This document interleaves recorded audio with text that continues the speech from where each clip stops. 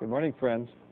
The late Peter Marshall, who was chaplain of the United States Senate for many years, told a great story called Keeper of the Springs.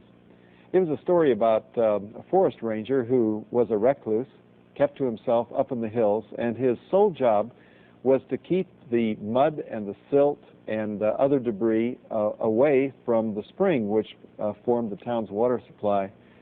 Since no one ever saw him, they wondered how effective his work was, and the city council one day was deliberating about the costs of the salary of the keeper that they never saw, and they decided to save money and eliminate his salary and instead create a cement reservoir to service the town's water supply. Well, it wasn't long after the cement reservoir was built that silt and mud began to accumulate, and the village's water supply began to be fouled, and people began getting sick. So the city council met again and decided to restore the salary of the romance ranger who lived up in the hills. So he went back to work, and he cleared away the silt and the mud and other soil and debris that had contaminated the springs and had kept the water from running out of the springs down through the sand into the stream that fed the town. And the people went back to being happy again. When I think of Peter Marshall's story about the keeper of the springs, I think about our own life. For our life, in a large degree, resembles those springs in the depths of our being, in the conscious and subconscious part of our existence, beyond the realm where other people can see.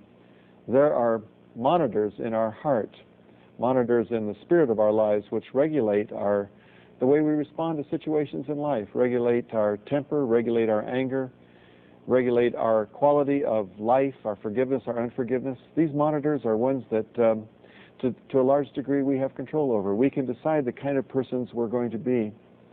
And we can decide whether things are going to pile up on us and we're not going to clean the daily debris out of our life, or whether we're going to keep, as someone has said, short accounts. One of the great things that the scriptures tell us is, do not let the sun go down on your wrath. In other words, don't go to bed angry. Don't let things pile up in your life.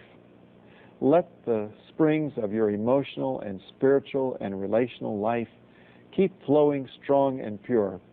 Be the keeper of the springs. Let the Holy Spirit be the helper in your life to keep things out of your life that will contaminate your existence and your relationship with other people. Keep short accounts with people. Be always ready to forgive. And have a wonderful life as you walk in wholesomeness.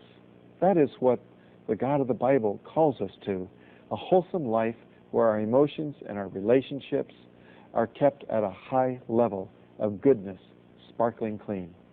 May the Lord richly bless you this day.